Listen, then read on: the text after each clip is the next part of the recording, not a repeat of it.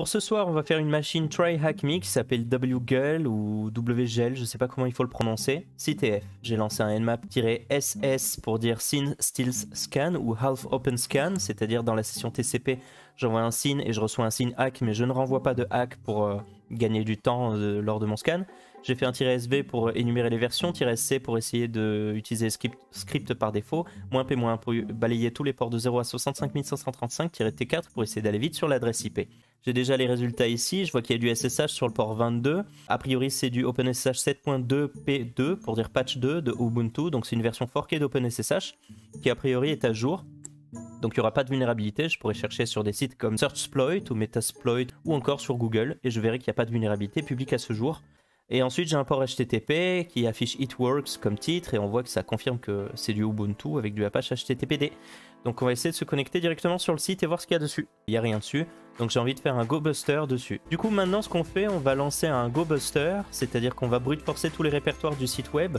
Et pour faire ça on fait dir pour préciser dir busting, -u pour préciser l'URL, -w pour utiliser un dictionnaire, je vais rajouter un -t80 pour utiliser des threads. Ça commence à brute forcer, on voit déjà sitemap. Mais avant, je vais regarder un petit peu à la main, voir s'il n'y a pas quelques fichiers intéressants comme robots.txt ou encore un dossier admin. Et je vois qu'il n'y a rien. Je vais aller sur sitemap pour voir ce qu'il y a derrière et je vois que ça affiche quelque chose. Oula.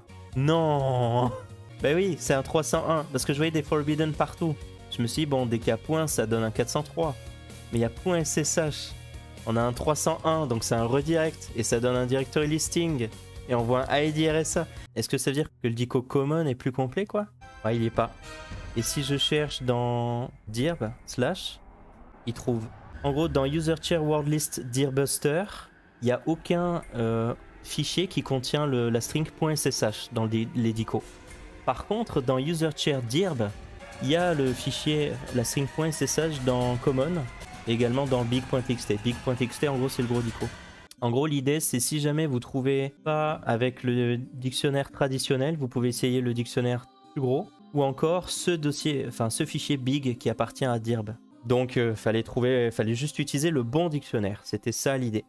On a trouvé du coup un dossier .ssh. Dedans, on a ID RSA. Ici, on a une clé privée. Donc, je vais écrire ici mon fichier ID RSA. Merci Peloutre. Donc maintenant, on met la private key dans un fichier qu'on appelle ID RSA. On fait un chmod 600 et ensuite on fait un SSH.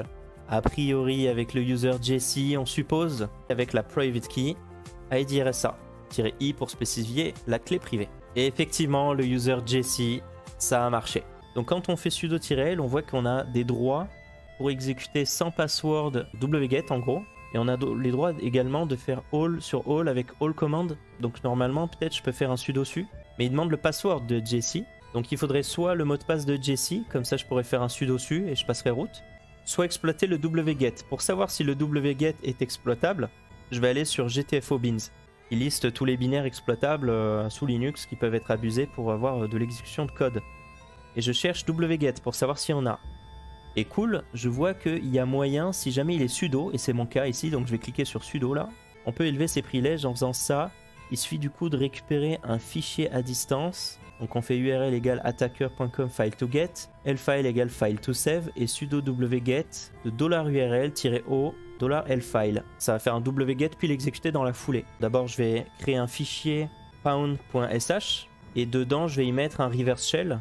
Donc je vais faire un reverse shell dans Google Pentest Monkey pour trouver un reverse shell quelconque, hein, n'importe lequel. Je prends le premier, je vais me donner un reverse shell sur mon adresse IP, je la note là, et je vais écouter sur un port quelconque, je vais écouter sur 9001 par exemple. Shebang /bin/bash pour qu'il sache que c'est du bash pour l'exécuter. Et je fais un python 3-m http.server80 pour créer un serveur web sur le port 80.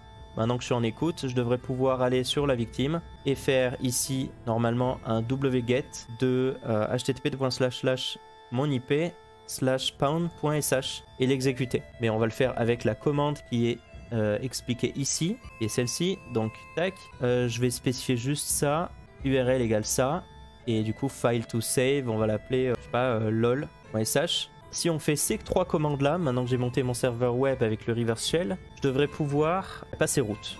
lol.sh a été sauvegardé, ls-l, il est en tant que route. On écrit des fichiers en tant que route. Je pourrais m'en servir pour écraser ID RSA dans /root. Je pourrais également m'en servir pour écraser le fichier etc passwd. Je peux faire cat etc passwd. J'ai envie de réécrire etc passwd avec ce même contenu. Donc je vais réécrire passwd en mettant ce même contenu. Mais ici, là où il y a root, je pourrais faire un 2 points suivi du hash. Donc il y a username 2 points encrypted password. À la place de x, on peut mettre un hash. Quand il y a un x, en fait, ça signifie que le password chiffré se trouve dans etc shadow. Mais si jamais on met autre chose que x, bah ça sera le hash du coup. Par exemple, on fait ça et ça va générer un hash. Je vais créer le mot de passe Hacking Island. Voilà. Et ça donne ce hash. Ce hash, je vais l'insérer du coup dans mon passwd. J'édite. Hop. Et voilà. Tac. Et je vais écraser du coup etc passwd. Passwd, un wget de passwd et que je l'output avec le nom passwd. Ça va écraser le passwd existant avec le mien. Il est lancé et je lance les commandes. Saved ls cat etc passwd. Voyons, on a réussi à l'écraser. Ça va bypasser le etc shadow du coup. Et donc c'est bon. Si je fais su- et que en mot de passe je mets Hacking Island, ouais, ça a marché. Et je suis root. Et voilà, on a validé ce challenge. Si vous aimez les streams de hacking, n'hésitez pas à mettre un pouce bleu en rediffusion sur YouTube et à commenter la vidéo. Et merci du coup, ça déclenche des follow des fois.